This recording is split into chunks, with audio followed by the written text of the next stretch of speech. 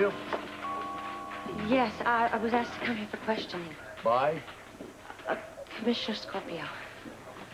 Stand to one side, please. An officer will be here to show you the waiting area. Shouldn't be, more than a minute or two. Thank you.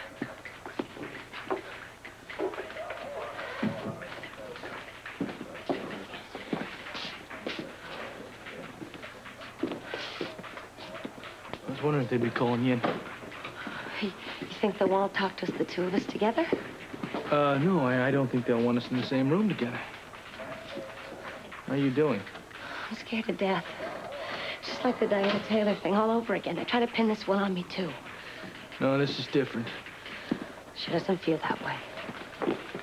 I'm just calling everybody in that had anything to do with Susie.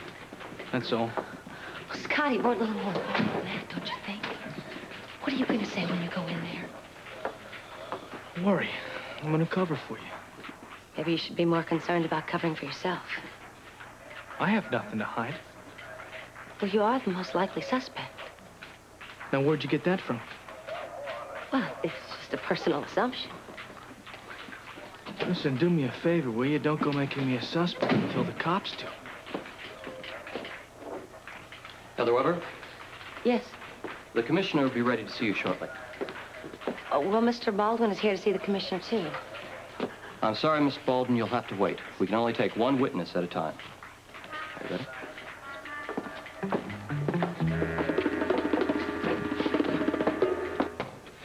Well, did he see the quarterings? I mean, how was Susan? Did she suspect that something might be wrong? Amy, I don't know. Why don't you ask him yourself? Because I'm not going to see Rick until he gets home from work tonight. Oh, lucky him. What do you think? I mean, do you think the quartermains were behind it? I mean, who else would have it out that bad for Susan? Amy, I don't know. And what's more important, I do not want to know.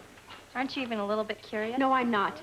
And even if I were, that is not a subject of conversation that I would bring into the hospital, and I would advise you to keep it outside, too. Although I admit it may be a little bit difficult today. Excuse me, please. Oh. Oh. Well, excuse, is that Jason Baldwin? Yes, it is. I'm Dr. Weber. Can I help you? Oh, yes, doctor. It's all so terrible. Mrs. Baldwin asked me to bring the baby home last night. And then the police called, and they said for me to care for the baby for the night. But I don't know what to do now. Have you tried to reach Mr. Baldwin? Yes, but there's no answer at his office. Sorry. Well, how about, it's okay, Mrs. Grant, Alice. Well, no, she wasn't home either. I didn't know what else to do, so I brought him here. Well, that's perfectly all right, but let's see. We should find somebody that hails it. Oh, I'm sorry. What's he doing here? Jason, what's wrong? Why is Jason here? I was worried. I didn't know where else to go. It's all right. Alan. Excuse me. Alan? Alan, it isn't all right.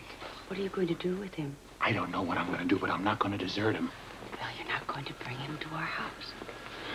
Why don't you, if I might make a suggestion, hire this lady, Mrs. Bowman, to care for him for a couple of weeks. That would give you time to make some kind of proper judgment. What an excellent idea, Leslie. Thank you very much. Welcome. Yes. Mrs. Bowman? Well, I suppose I could.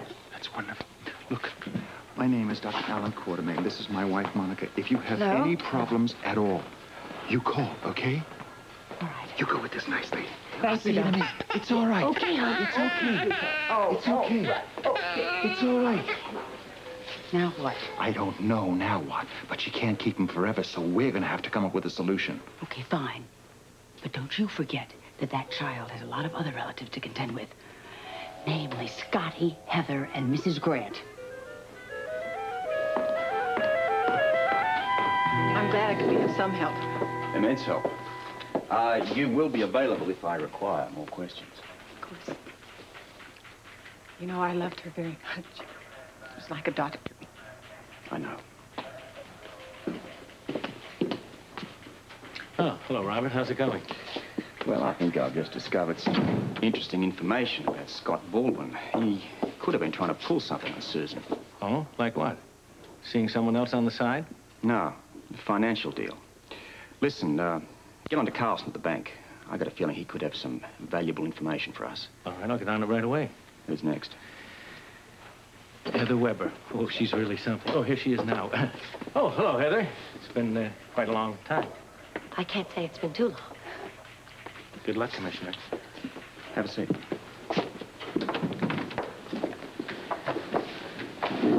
You won't mind if we get straight to the point. No, actually, I'm kind of used to the procedure. I'd like to talk about Scott Baldwin. Okay. What about your relationship with him? We're friends. But you also work for him. You must have known about the forgery. You'd have to talk to Scotty about that. I'm talking to you about it. Now, how did Scotty react when Susan found out about the forgery? Well, I don't know. I wasn't there.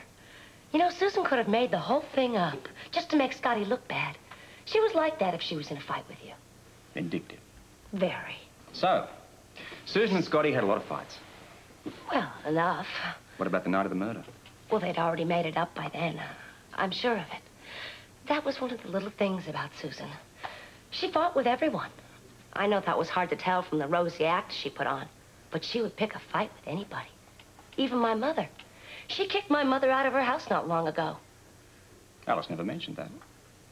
Well, she was probably embarrassed. Getting back to Susan and Scotty's fight, you said they made up.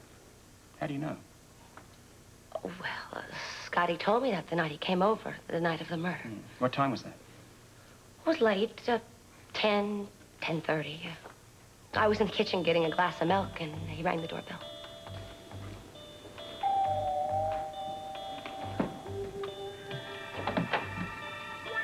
Hello, Heather. Seltzer versus Dean? Yes, I brought the papers home with me. Yeah, I know. I stopped by the office. I couldn't find them. Oh, I'm sorry. I'll get them for you. What a night. Working the whole time? No, I had another fight with Susan. Was it bad? Yeah, it was bad because your mother was there, but I made sure it was resolved before I left. Well, that's good. Yeah. Well, that's when you called with the news. Any witnesses? No, Tiffany's was in New York, and Jackie was down working at the paper. So the only way that you know that Scotty actually made up with Susan is because he told you. Well, yes. Any reason why he should lie? Well, no. Why would Scotty lie? You tell me.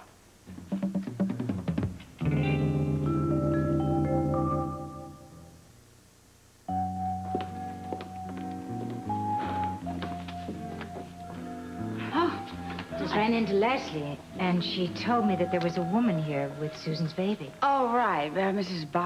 I don't know, Bowman, something like that anyway. Fortunately, Susan farmed the child out last night. Are you okay? No, not exactly. I thought you might be upset. You know, I really try. I try not to think about the future. I know perfectly well the more you think about it, the more you worry about it, the more it's guaranteed to just turn out to be the worst. And seeing that baby started you thinking about it, didn't it? I know what he's going to do, Gail. I know exactly what he's going to do. He's going to want to bring that child into my house, and I can't. I cannot live with it. Monica, you cannot take your feelings out on that baby. Okay, I know that. No, I know it isn't the baby's fault. It's my fault. I simply cannot handle being asked to raise another child as if it were my own. Well, it is Alan's son. Then Alan has to find a place for it to live. And how do you know he's not going to do that? I know that. I just know it. I have a feeling. Oh, Monica. Normally, I tell you to listen to your feelings, but this time I really think you are overreacting. I mean, Alan is going to respect your feelings. He cares a great deal about you. Well, wasn't it just last week you told me that you felt he was becoming more loyal to his family? Yes, well, all that loyalty and love can do crazy things to someone sometimes. What do you mean? What kind of crazy things? You know, you are right. I am. I'm overreacting, and I'm sorry.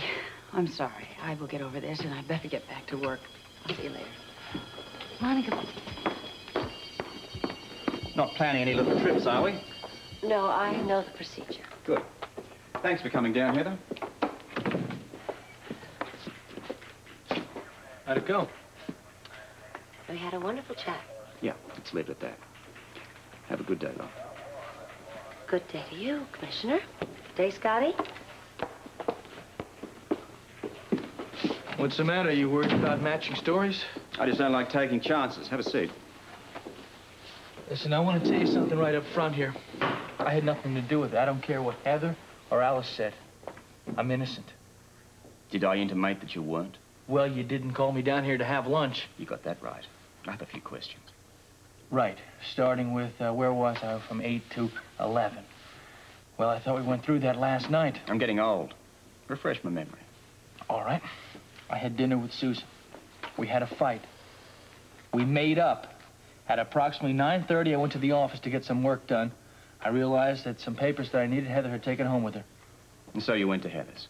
That's right. It was an important case. Seltzer versus Dean. How long were you there? Until you called. Well, how long was that? 5, 10 minutes, an hour, more or less, what? About 15 minutes at the most. The argument that you had, what was it about? It was a misunderstanding over some papers. I heard it was about forgery. Well, sure, that's what Susan told everybody it was. It wasn't? Weird things happened to Susan when she got mad. She made things up. She would twist things around. She would play little tricks. And that is what happened that night. I made her admit that her accusations were just to make me mad. And when she realized that, and she faced the truth, she calmed down. And you went to the office? That's right. Look, I know what you're thinking. That had a motive for murder. She could have proven forgery. You'd have gone to jail. Yeah, but I told you she wasn't going to do that. If she was, she wouldn't have waited. She would have done it right away. Maybe. Believe me, I would never trade a forgery rap for a murder rap. No. Guess you wouldn't, would you? Is that all? For now. Good. Listen, Commissioner, I'm sure you're going to get your murderer eventually. Goodbye.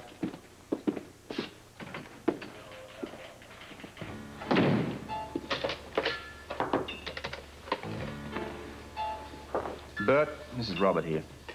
Have you gotten hold of Carlson yet? Good. Listen, I'm not talking to anybody else until I talk to him.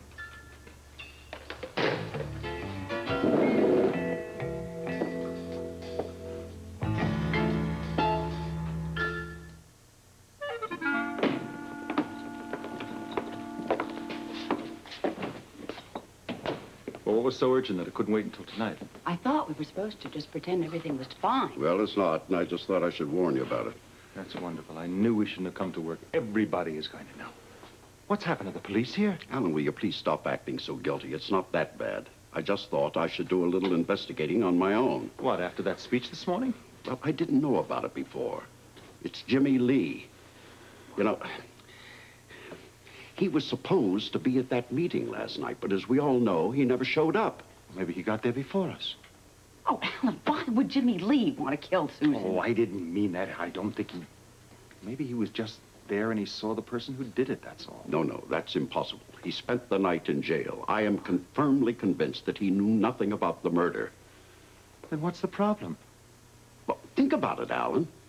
He's aware that Susan was going to blackmail us. Now, think what would happen if he decided to take that information to the police. Well, the finger would point right to us. Well, of course. I mean, we have the motive.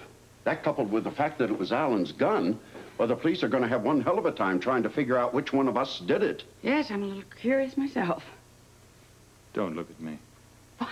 Look, if someone has some information they're not saying, they better just come forward right now. Look, no accusing. Fine, all right. Look, I'm sorry. What about Jimmy Lee? Has he gone to the police yet? No. I asked him to wait a while. He said he would consider it. Fat chance of that, he can't stand you. Look, Alan, I didn't say it was going to be easy. I only said he would consider it. I could still go either way. We're just going to have to wait and see. And what do we do in the meantime? Well, just stick to our guns, you know, tell the story and hope for the best. With any kind of luck, this whole thing could pass over us. It would help a lot if they had another suspect. Well, what about Scotty? I mean, greed has always been that young man's downfall. I think he'd do anything for money. The same could be said of you, Edward. Or you, Al. Or me, for that matter.